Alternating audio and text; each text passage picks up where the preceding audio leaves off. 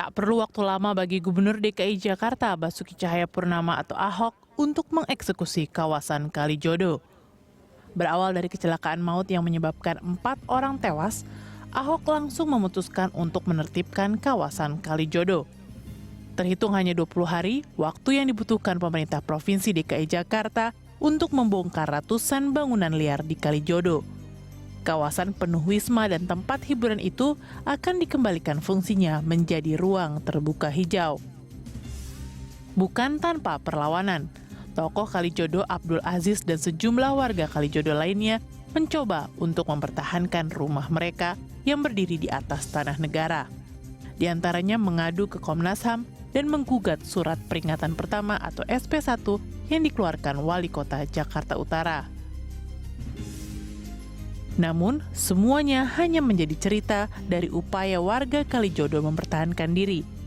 Meski berat hati, sebagian mereka akhirnya menerima tawaran Pemprov DKI tinggal di rumah susun. Dan kafe Intan milik Abdul Aziz lah yang dibongkar pertama kali. Harapannya Pemprov DKI dapat langsung menata kawasan Kalijodo agar kawasan itu tidak lagi disalahgunakan dan diduduki secara liar. Ya, pemirsa, Pemprov DKI Jakarta membongkar seluruh bangunan di kawasan Kalijodo hari ini dan penertiban Kalijodo pun berlangsung secara kondusif dan tak ada penolakan dari warga. Ya, hanya 20 hari Pemprov DKI berhasil membujuk warga di kawasan Kalijodo dengan berbagai pendekatan. Warga pun dengan sukarela mengosongkan rumah mereka. Tentunya ini menjadi prestasi tersendiri untuk Pemprov DKI Jakarta. Mungkinkah cara-cara seperti ini juga dapat diterapkan di lokasi-lokasi lainnya? Kita akan membahas hal ini bersama sosiolog perkotaan Devi Ratmawati. Mbak Devi, selamat siang, apa kabar? Selamat siang, Mbak. Kapan terakhir ke Kalijodo?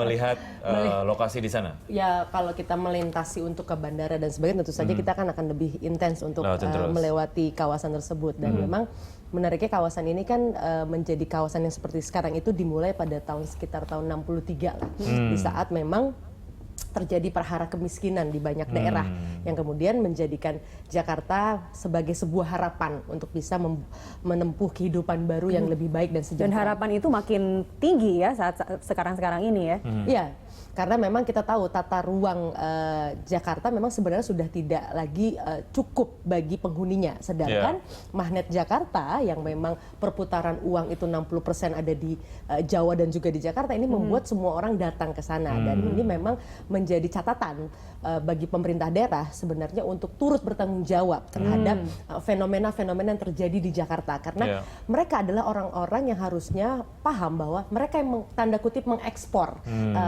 para masyarakat desa yang berusaha mendapatkan secuil kue ekonomi di Jakarta yang akhirnya terpaksa terjebak pada ekonomi bawah tanah seperti prostitusi, narkoba dan sebagainya di kawasan-kawasan kumuh. Itu yang terjadi ketika banyak orang-orang yang kemudian dari daerah ke Jakarta tanpa skill yang dimiliki akhirnya datang ke sini dengan kerja serabutan dan lain sebagainya. Oke, kalau dari Mbak Devi sendiri melihat apa yang kemudian juga sudah dilakukan oleh Pemprov DKI Jakarta untuk melakukan penertiban sejauh ini memang tidak ada perlawanan.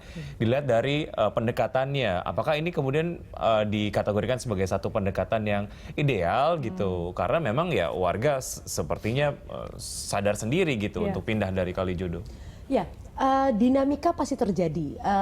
Kalau kita perhatikan polanya, kalaupun ada suara-suara yang kemudian seakan-akan mewakili ketidaknyamanan dan keinginan untuk bekerja sama dengan pemerintah daerah, itu secara teori itu dalam sebuah inovasi apapun pasti akan ada sekitar maksimal sekitar 20% dari kelompok yang ada yang akan berubah pada suatu kehidupan baru. Jadi kalaupun ada misalnya 66 kakak, lalu sebelumnya juga pernah ada di Kampung Pulo ada sekian warga, tapi kemudian eksploitasi media yang membuat tanda kutip ada atraksi-atraksi atau dalam istilah media disebut dengan sirkus medianya itu terjadi, itu hal yang sangat alamiah sebenarnya. Karena yang terpenting adalah sebagian besar masyarakat memahami dan mengikhlaskan dirinya berkorban untuk masyarakat Jakarta yang lain. Karena kita sebagai warga Jakarta harusnya berterima kasih. Tanpa mereka mungkin tahun-tahun berikutnya kita akan tetap terus mengalami bencana banjir misalnya, lalu polusi visual karena tatanan kota yang tidak begitu indah akibat pemukiman liar dan sebagainya. Nah, tapi kalau misalnya kita bicara sirkus media tadi dibandingkan dengan Kampung Pulau misalnya, saat ini banyak dari tadi yang 66 kakak mereka melapor ke Komnas HAM, mereka melapor ke LBH Jakarta, mereka merasa punya sertifikat, punya legal standing bahwa tanah itu adalah tanah mereka. Ini berarti bukan sirkus dong sebenarnya, mereka punya hak yang ingin diperjuangkan. Menariknya kan kalau tidak salah, yang mereka tunjukkan itu adalah PBB. Anda membayar pajak sebagai warga negara yang tinggal di suatu tempat itu wajar. Tapi PBB itu kan tidak kemudian mewakili kepentingan bahwa Anda memiliki tempat tersebut, begitu kan? Kalaupun ada, ya ini tadi buat saya persoalan ini baik itu warga Kalijodo maupun pemerintah DKI sekarang adalah korban dari pemerintah masa lalu yang tidak serius menangani ini. Tapi kita tutup persoalan itu, bagaimanapun juga pemerintah yang sekarang harus mengambil sikap. Karena kalau ini terus dibiarkan, ini menjadi sebuah simbol bahwa negara tidak memiliki kekuatan. Jadi kalau orang bertanya, kenapa Kalijodo pilihannya? Bukan tempat-tempat lain misalnya. Nah, satu, konsep pertamanya kan bukan prostitusinya, tapi ini adalah penataan tata kota. Dan memang posisi di jalur hijau yang sejak zaman dahulu menjadi jalurnya air. Nah, ini kan satu catatannya. Yang kedua, kalaupun kemudian di dalamnya ternyata ada prostitusi, ini sebenarnya menjadi simbol juga bagi negara, bagi pemerintah kota, bahwa ini bukan yang pertama dan yang terakhir. Ini harusnya menjadi catatan bagi tempat-tempat lain bahwa perang terhadap prostitusi dan kejahatan yang kemudian menjadi turunannya seperti narkoba dan lain-lain, ini akan serius ditangani oleh pemerintah DKI. Oleh karenanya, harusnya ke depan pemerintah DKI secara terbuka membuat listnya. Mana daerah lain yang kemudian akan menjadi sasaran juga untuk perbaikan. Sekaligus mengunci siapapun gubernur berikutnya harus melakukan hal yang sama. Karena problem di Indonesia tidak stabilnya politik membuat kebijakan yang satu, pemerintah yang satu dengan pemerintahan yang berikutnya itu tidak terjadi. Sehingga akhirnya seperti ini, ada oknum-oknum yang terus bermain menikmati ketidakstabilan politik tadi. Harusnya berarti daerah-daerah lainnya nantinya akan menyusul untuk diratakan juga sebagai ditertibkan. Itu dari sekarang perlu ada pendekatan secara persuasif. Pendekatan paling tidak pertama sosialisasi, bahwa dipastikan orang-orang itu tahu bahwa mereka salah.